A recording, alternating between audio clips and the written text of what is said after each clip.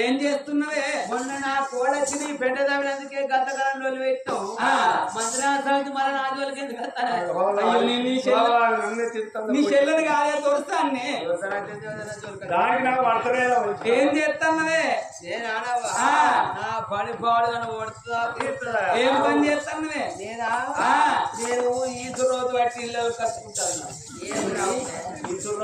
ఏం సీరే తిరిగి తిరిగేస్తున్నావని?